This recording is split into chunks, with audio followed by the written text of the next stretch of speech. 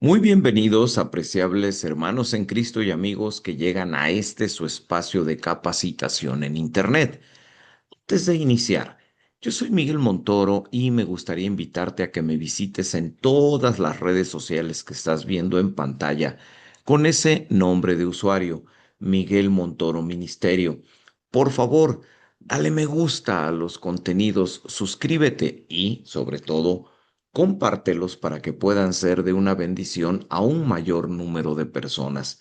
Nos encontramos en un esquema de capacitación que he diseñado llamado Instituto Bíblico Logos y que, en unión con el Ministerio Fe Mueve Montañas, ofrece a través de estos videos el hecho de que tú puedas cursar un diplomado en formación cristiana, una capacitación que te permite estar listo para desarrollar cualquier ministerio hacia el interior de tu iglesia local.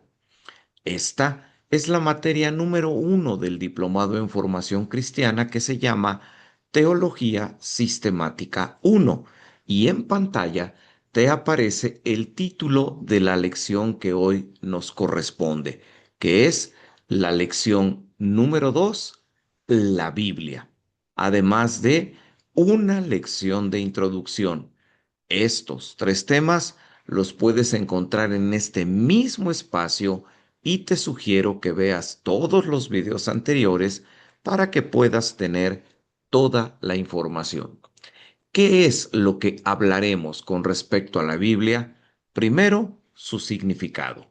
La Biblia, como ves en el cintillo negro que aparece en la parte superior de tu pantalla, es una palabra que se deriva de otra palabra que es la palabra biblos. Esta palabra puede traducir dos cosas, rollo o libro. En consecuencia, la Biblia no es otra cosa más que un conjunto de libros que están organizados de una manera específica, siguiendo reglas muy específicas. A ese conjunto de reglas es a lo que en teología, como ves en pantalla, se le llama canon. Si el tema de el canon de la Biblia, la forma en que se eligió qué libros, qué 66 libros iban a formar parte de ella y cuáles de esos 66 iban a formar parte de lo que hoy se conoce como el Antiguo Testamento y cuáles de los 27 libros restantes de esta cantidad de 66 iba a formar parte del Nuevo Testamento, qué reglas tenían que cumplir estos libros y sobre todo cómo se podía considerar si estos libros podían pertenecer a esta estructura. Todo eso, que es el canon de la Biblia, en este mismo espacio de el Instituto Bíblico Logos, tú puedes aprender más a través de un curso en video que yo ya tengo disponible en este espacio que se llama Historia de la Biblia. Te lo recomiendo mucho para que aprendas mucho más acerca del canon de la Biblia. Ya con esta información, podemos construir dos definiciones importantes. La primera la ves aparecer en la parte inferior izquierda de tu pantalla. La Biblia, entonces, es la palabra escrita de Dios y creemos que es inerrante. No tiene ningún error de ninguna índole porque procede de un Dios perfecto, pero obviamente esta inerrancia solo se puede atribuir a sus manuscritos originales, que son llamados como autógrafos. Estos autógrafos, es importante que nos quede claro, no existen en ningún lugar, en ningún museo y en ninguna biblioteca de este mundo. Los libros autógrafos se han perdido. Por ejemplo, el primer libro de Génesis. que fue escrito por la mano humana de Moisés, no aparece en ninguna biblioteca y en ningún lugar de este planeta. Esto nos llevaría a una pregunta natural. ¿Cómo entonces podemos nosotros asegurar que las Biblias que hoy abrimos son copias fieles de esos autógrafos desaparecidos y que no han existido alteraciones que modifiquen su estructura de enseñanza, esto es, su estructura doctrinal? De eso hablaremos en unos minutos, pero antes veamos una segunda conclusión que podemos extraer de lo que hemos aprendido hasta este momento acerca de la Biblia. La estás viendo en tu pantalla. Biblia, la revelación escrita de Dios. ¿Por qué? Porque si tú analizas, la Biblia claramente habla de que procedió del Dios mismo, algo que reforzaremos en los próximos minutos, lo que significa que la Biblia es algo que Dios nos da para conocerlo mejor, o sea, se revela a través de ella. La palabra revelación traduce algo semejante a correr una cortina para nosotros poder ver lo que hay detrás de ella. Eso es la Biblia, una forma en la cual Dios corre la cortina y a través de tinta y papel, palabras y frases, nos permite conocer cómo se piensa y nos permite conocer cuáles son los valores que imperan en su corazón y en el reino de los cielos. Nuestra segunda definición también nos dice que Dios, en consecuencia, queda claro que es un Dios que desea revelarse, darse a conocer al hombre, pero no solo eso, toma la iniciativa para hacerlo, para revelarse. En teología hay que entender que existen dos tipos de revelación: la llamada revelación general y la llamada revelación especial. La revelación general es aquella revelación por medio de la cual Dios se da a conocer a todos los seres humanos sin que importe su raza, su latitud, su credo o su filosofía. La creación física de Dios es, sin lugar a dudas, la principal revelación general, porque a través de ella el hombre, analizándola, puede llegar a la clara evidencia de la existencia de un creador. Pero también existe la revelación específica, donde Dios se da a conocer a un pueblo determinado, de un tiempo determinado y de una cultura determinada. Esto es la Biblia, una revelación especial de Dios, porque llegó a un pueblo determinado de un tiempo determinado. Jesucristo, Dios en carne, la revelación más perfecta de Dios, es también una revelación especial, porque en los días de su carne solo se manifestó en un lugar específico de este planeta, a una cultura específica y a un grupo de personas muy específico. Vamos a adentrarnos más en esto. Si cambiamos la pantalla, me gustaría que analizáramos lo que dice la Biblia en la segunda carta de Pedro, capítulo 1, versículos 21, que tú estás viendo en la parte derecha de tu pantalla. En esta cita, la Biblia, hablando de sí misma, no olvides esto, dice lo siguiente: porque nunca la profecía fue traída por voluntad humana, sino que los santos hombres de Dios hablaron siendo inspirados por el Espíritu Santo. Y en otros lugares vuelve a aparecer la misma palabra, inspiración. Dios, a través de la Biblia, se reveló, pero el canal para que esa revelación se manifestara es lo que nosotros conocemos como inspiración. Por eso es que en esta lección es importante que teológicamente entendamos el significado de la palabra inspiración. Bien, en pantalla te comparto algo muy importante para entender este significado.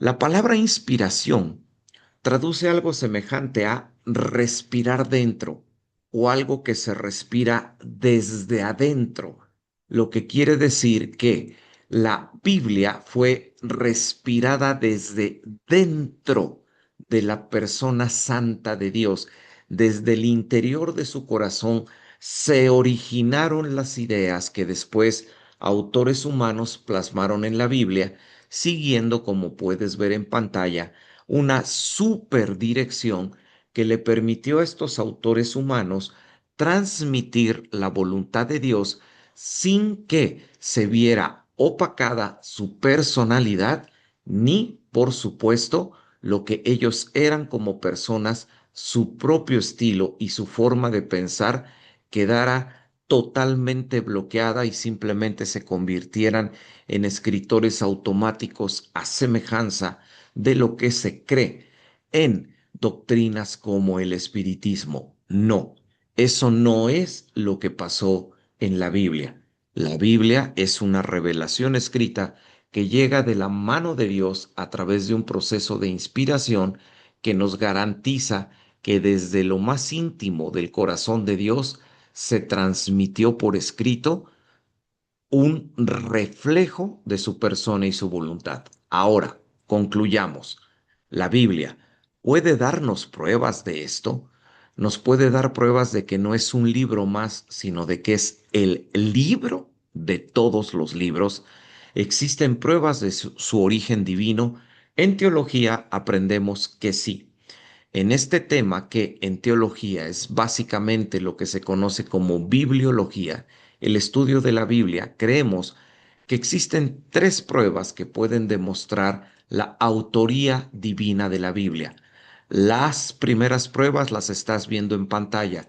Son las llamadas pruebas literarias. Se refieren a la estructura de la Biblia como un libro y que, si lo comparamos con cualquier libro de la historia humana, hacen palidecer al libro con el que le queramos comparar.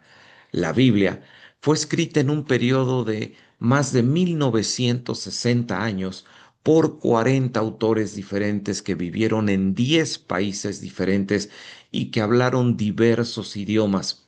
Ellos vivieron en distintas culturas y, sin embargo, sin conocerse, transmitieron en las páginas de la Biblia la vida de más de 2.300 personajes en un conjunto de más de 3 millones de letras, donde a través de géneros literarios como la prosa, la poesía, la historia, la narrativa o la revelación, nos transmiten un único mensaje que no se contradice en ningún punto.